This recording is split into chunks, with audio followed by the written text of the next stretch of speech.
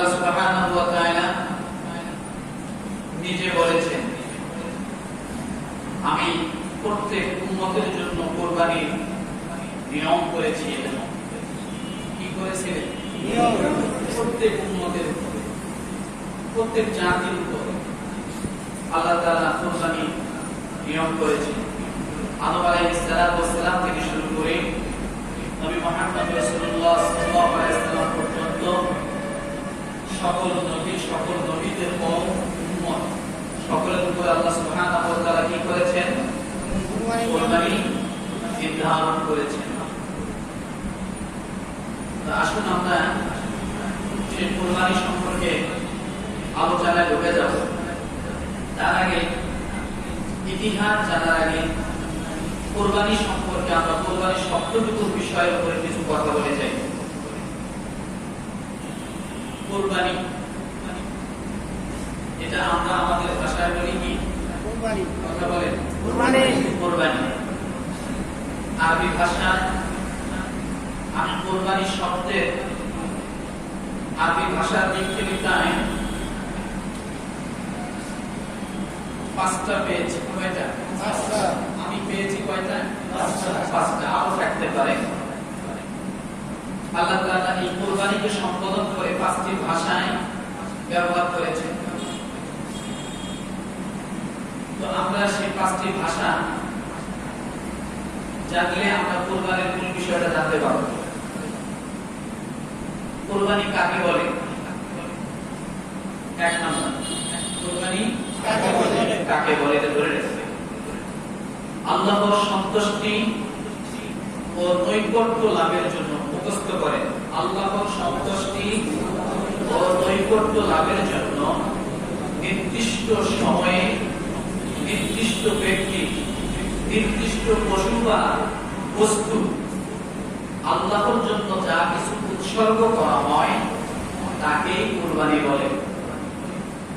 তাকে কি বলে? কুরবানি। সব দিন কিন্তু কুরবানি না, সব দিন কুরবানি না। ভালো করে বুঝুন, আল্লাহর সন্তুষ্টি এবং নৈকট্য লাভের জন্য নির্দিষ্ট সময়ে নির্দিষ্ট ব্যক্তি, নির্দিষ্ট পশু বা বস্তু আল্লাহর নামে উৎসর্গ করাকেই কি বলে? কুরবানি বলে। কুরবানি বলে। এটা হলো এক। দ্বিতীয় নম্বরে মানুষ মানুষের জন্য, মানুষ সৃষ্টির জন্য, বুঝুন, মানুষ মানুষের জন্য, মানুষ সৃষ্টির জন্য যত ত্যাগ স্বীকার করে সমস্ত ত্যাগ হলো কুরবানি। সমস্ত ত্যাগ কুরবানি। তাহলে আমরা দুই ধরনের পেলাম কুরবানি, কথা ঠিক না? একটা হলো আল্লাহর জন্য যা কিছু উৎসর্গ করা হয় সবই কি? কুরবানি। আবার মানুষ মানুষের জন্য যা কিছু ত্যাগ স্বীকার করে, কষ্ট করে, পরিশ্রম করে, সেটাকেও আমাদের ভাষায় আমরা কুরবানি বলি। যে আমি অনেক কুরবানি করলাম তার পিছনে, কথা বলে কি? অনেক ত্যাগ স্বীকার করলাম তার জন্য। তো আমার ভাইয়েরা, যে কোনো কিছু নিজের কষ্ট উৎসর্গ করা, নিজের সম্পদ উৎসর্গ করা, নিজের জান মাল দিয়ে কারোর পিছনে উৎসর্গ করা কেউ কি বলে? কুরবানি। কুরবানি বলে। এরপরে আসুন আমরা কুরবানির অর্থটা জানলাম, মূল কুরবানির অর্থটা জানলাম। এখন আরবিতে কুরবানি শব্দ এসেছে। এই কুরবানি শব্দের অর্থ হলো নিকটবর্তী হওয়া। কি হওয়া বলে? নিকটবর্তী হওয়া। এটা আরবি ভাষা। কুরবানি এটা কি? আরবি ভাষা। এটার অর্থ কি? শাব্দিক অর্থ কি? নিকটবর্তী হওয়া। তৃতীয় নম্বরে কুরবানির আরেকটা শব্দে ব্যবহৃত হয়েছে নাহার। কি? নাহার। এই নাহার শব্দটা যারা আল্লাহ বুঝাইছেন কুরবানি, তাহলে কুরবানি দিয়ে আবার কুরবানি এখানে বুঝান নাই, কি দিয়ে বুঝাইছেন? নাহার। ইন্না আ'তাইনাকাল কাউসার ফাসাল্লি লিরাব্বিকা ওয়ানহার। আছে না নাই? আল্লাহ বলেন নামাজ পড়ো আর তোমরা নফল করো।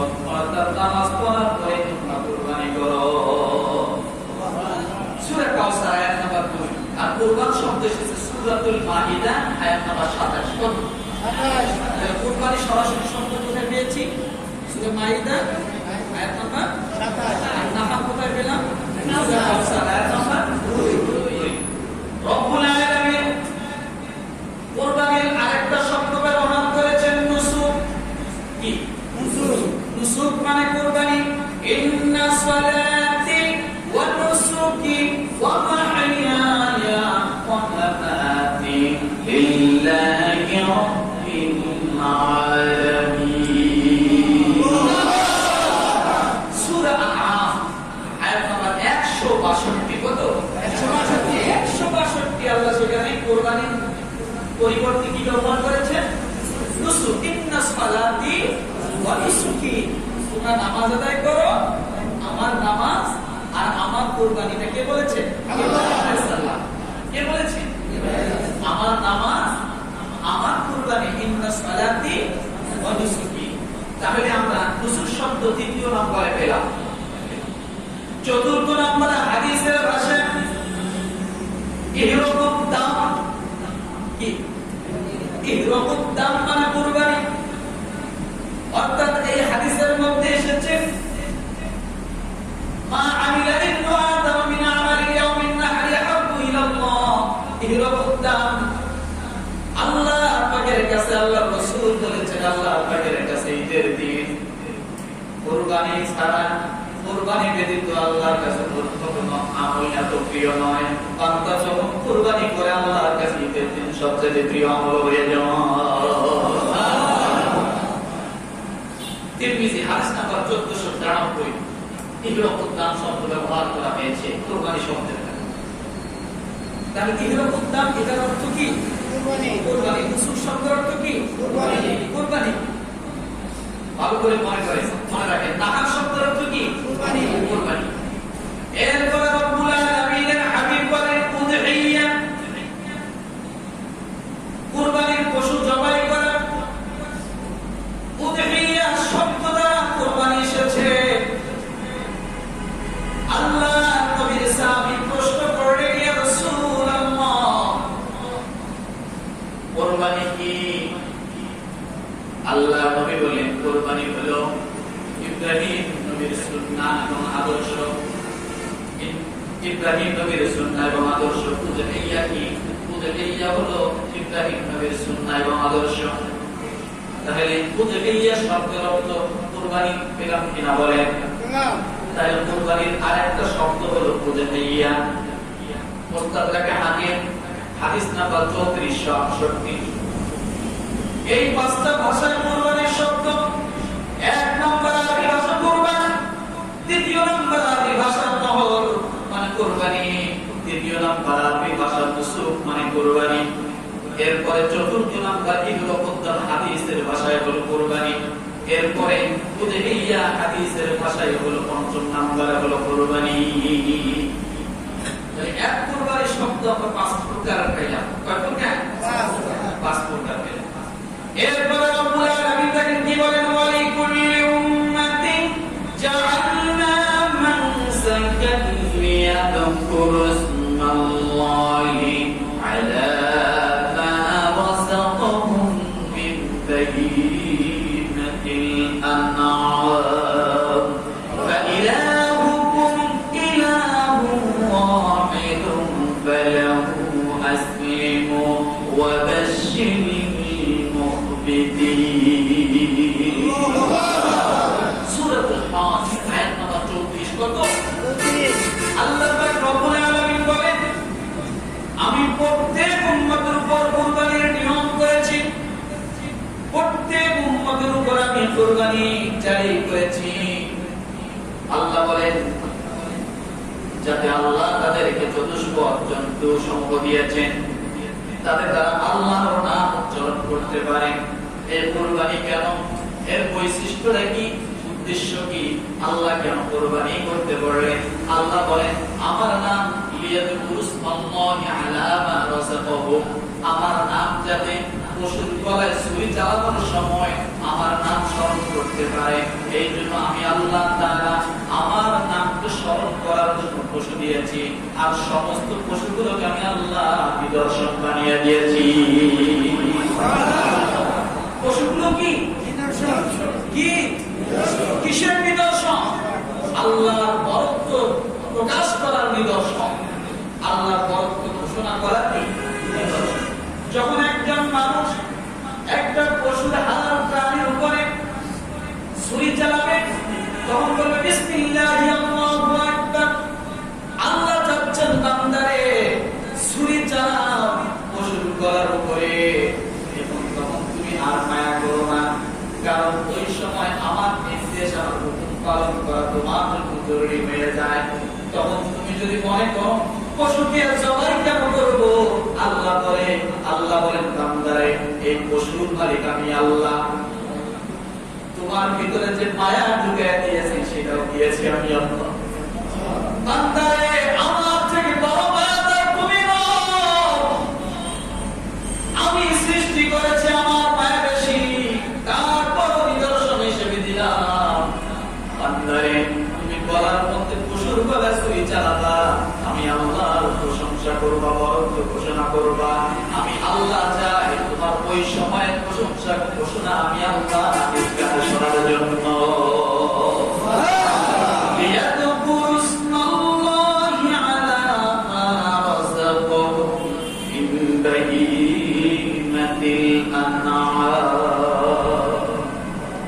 তোমাদের মাবুদ একই মাবুদ, একই ইবাদত পানেওয়ালা যোগ্য, কথা ঠিক কিনা? সুতরাং তোমরা তারাই আনুগত্য করবে। আর সুসংবাদ দাও বিনীতদেরকে, যারা বিনয়ী তাদেরকে তোমরা কি দাও? সুসংবাদ দাও। আল্লাহ তাআলা বলেন। তাহলে এখান থেকে সূরা হজের 34 নম্বর আয়াত থেকে আমরা যে জিনিসটা জানলাম সেটা হলো প্রত্যেকটা উম্মতের উপরে কি ছিল? কুরবানি ছিল।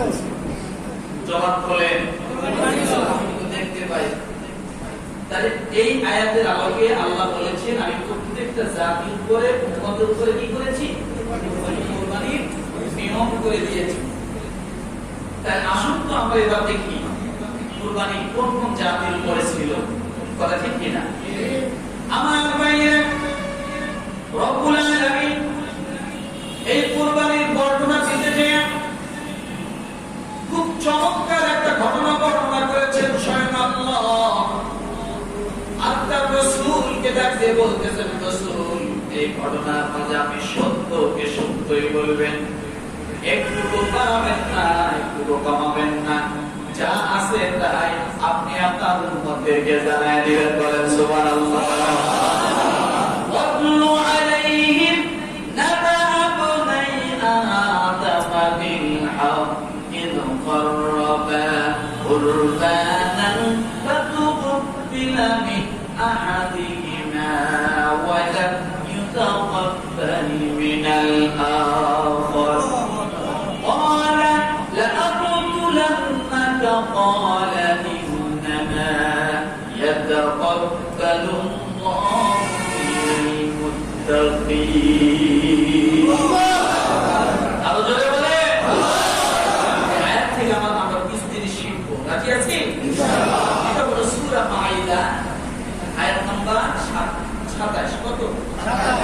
বলেছিলাম 27 নম্বর আয়াতে কুরবান শব্দ সরাসরি এসেছে। এই যে করবা কুরবানা ফাতুকুবিলা মিন আহাদিহিমা ওয়া লাম ইউতাকাব্বাল মিনাল আখার। রব্বুল আলামিন ডাক দিলেন ওয়াতলু আলাইহিম নাবা আবনাই আদম বিল হক। হে নবী তাদের সামনে আদমের দুই ছেলের কথা আপনি বর্ণনা করেন। সত্য সত্য, সুবহানাল্লাহ বলেন। কেন আল্লাহ বিল হক শব্দ ব্যবহার করেছেন? সত্য কেন আল্লাহ বারবার বলতে বললেন? কারণ এই দুনিয়ার জমিনে অসংখ্য ঘটনা আছে যা মিথ্যাভাবে প্রমাণিত। আছে না নাই? অসংখ্য ঘটনা আছে যা প্রমাণিত, অসংখ্য ঘটনা যা আছে রূপমোচক করার জন্য, মানুষের সামনে রুচি সম্মত করার জন্য অনেক বানানো আছে যা সত্য নয়, কথা ঠিক কিনা? আল্লাহ বলেন ওয়াতলু আলাইহিম নাবা আবনাই আদম বিল হক।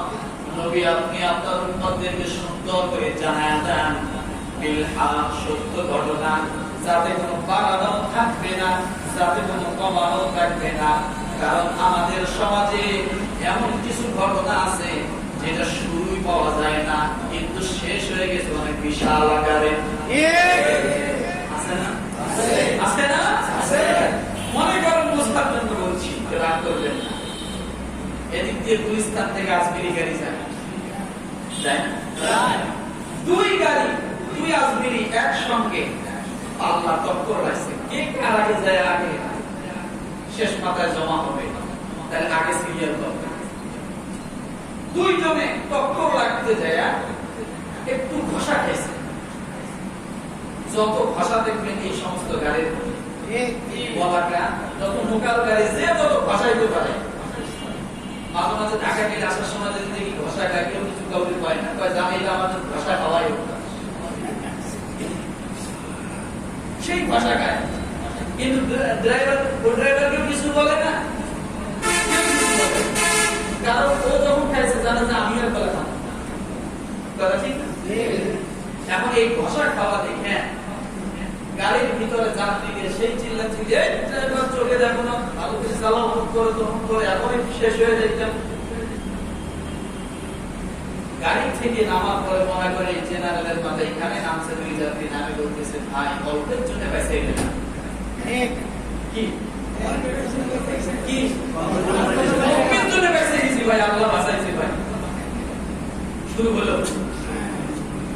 এরপরে তার কাছ থেকে যখন আরেকজন শুনলো, সে যা বলতেছে সহ্য বলে কি আজকে জেনারেল মানে দুই যাত্রী এসে বললো গাড়ি নাকি দুই গাড়ি এমন ঘষা লাগছে, যাত্রী চ্যাপটা লেগে গেছে। কি লাগছে?